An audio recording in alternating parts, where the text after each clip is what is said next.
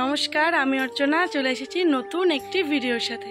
এই নতুন ব্লগটিতে সকলকে জানাই সুস্বাগত। এখন বাজে সকাল 11টার মতন, আর আমি রেডি হয়ে গেছি, মাও রেডি হয়ে গেছে, যাবো পিসির বাড়ি কালীনগর। আমাদের এই কৃষ্ণনগরেই পিসির বাড়ি হচ্ছে আজকে গৃহপ্রবেশের অনুষ্ঠান।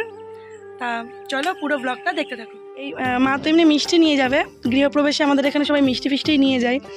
তো আমি ফটো ফ্রেমটা আমি হচ্ছে হাতে করে কিছু বানিয়ে কাউকে উপর দেওয়া, এই ব্যাপারটা খুব ভালোবাসি।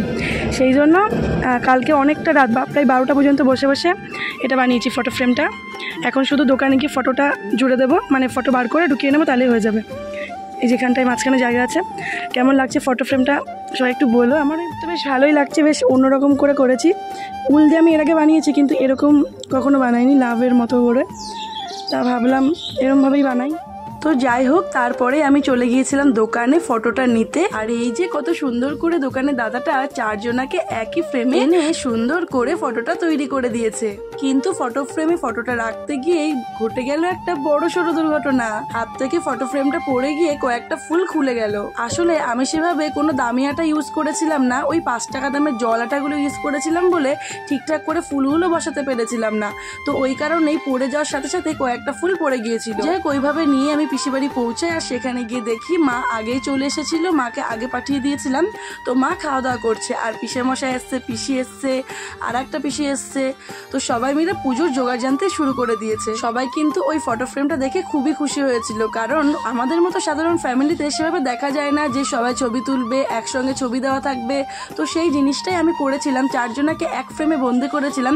এই জিনিসটা সবারই ভালো লেগেছিল। আর সেদিন ঠিক করা হয়েছিল প্রসাদ হিসাবে খিচুড়ি আলুরদম করা হবে। তো সেই মতো সমস্ত কিছু সবাই গোছাচ্ছিল, আর আমাকে পিসে মশাই বললো, নে তুই একটু রান্না কর। সত্যি কথা বলতে এই ভিডিওটা হচ্ছে 1 বছর আগেকার। তো এই ভিডিওটা আমি কোনোভাবেই মুছে ফেলতে চাইনি, ভেবেছিলাম যেদিনই হোক শেয়ার আমি করবই।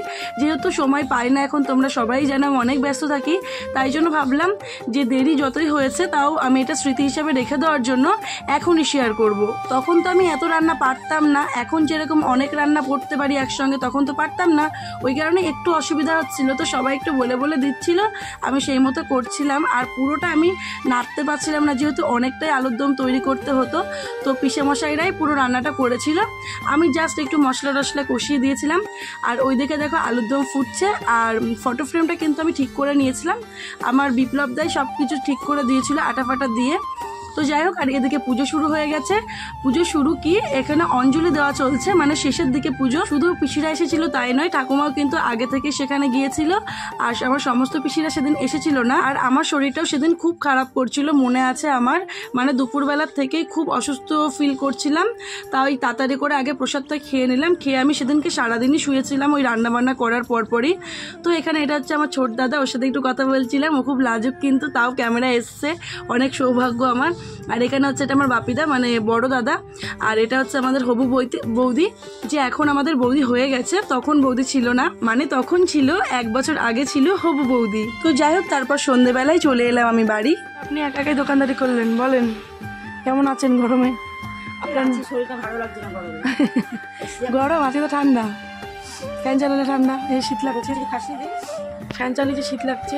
আর এই যে অক্ষয় তৃতীয়ার হচ্ছে ইয়েকে মিষ্টি নিয়ে এসছে মা, একটা দোকানেই ছিল আমাদের। আর আমার তো কালকে বৃষ্টিতে ভিজেছি, পুরো ঠান্ডা ফান্ডা লেগে শরীর খারাপ পুরো। আমার বাড়ির পাশে যে পিসি আছে, সেই পিসি আর আমি দুজনে মিলে বাড়ি চলে এলাম সাইকেলে করে। কষ্ট হয়েছে, কিন্তু তাও এসছি, আবার পিসি আলাদা আসবে সেই জন্য। দিয়ে হচ্ছে এখন শুয়েছিলাম। এবার শরীর খারাপ করুক যাই করুক, খাবার দেখলে মনটা ভালো হয়ে যায়। অনেক কিছু বেশ দিয়েছে। পাড়ায় একটা দাদার দোকান হচ্ছে অক্ষয় তৃতীয়ার মিষ্টিটা একেবারে খারাপ।